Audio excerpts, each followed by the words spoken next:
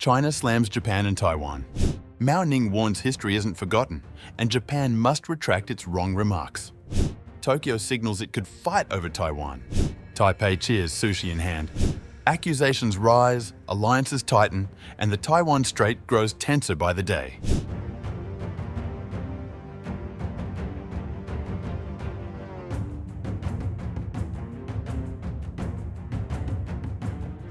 China has issued a fierce rebuke to Tokyo and Taipei.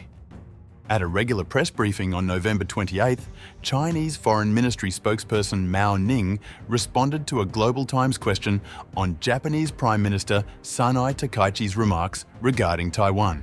Comments now igniting political shockwaves both abroad and in Japan itself.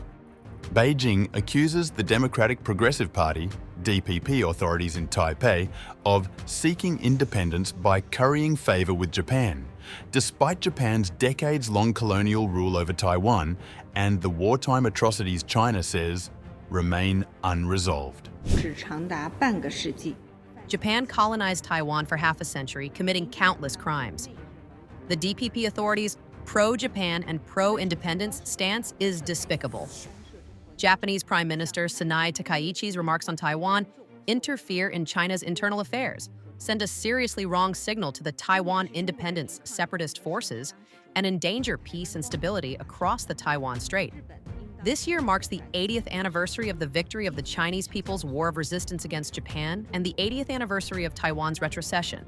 Japan should deeply reflect on its historical crimes, learn from historical lessons, adhere to the One China principle, and exercise caution in its words and actions on the Taiwan issue. We demand that Japan retract its erroneous remarks, stop interfering in China's internal affairs, and demonstrate its commitment to China with concrete actions. Mao Ning also renewed Beijing's opposition to Tokyo's positioning on Taiwan's legal status, targeting Japan's post-war diplomatic record, and especially its reference to the San Francisco Peace Treaty. We have never recognized or accepted any provisions in the so-called San Francisco Peace Treaty concerning the sovereignty of Taiwan or any other territorial and sovereign rights of China as a non-contracting party. The 1972 Sino-Japanese joint statement clearly stipulates that the government of Japan recognizes the government of the People's Republic of China as the sole legal government of China, and that the government of the People's Republic of China reiterates that Taiwan is an inalienable part of the territory of the People's Republic of China.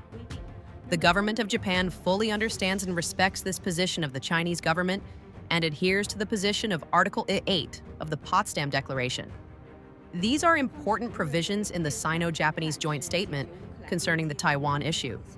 The Sino-Japanese joint statement should be understood as a whole. The controversy stems from remarks Takaichi made on November 7th in Japan's parliament, suggesting that a Chinese military move on Taiwan could trigger a survival-threatening situation for Japan, potentially opening the door to military involvement. Analysts say it signals a potential break from Tokyo's long-held strategic ambiguity. Taipei, meanwhile, has warmly welcomed Takaichi's stance.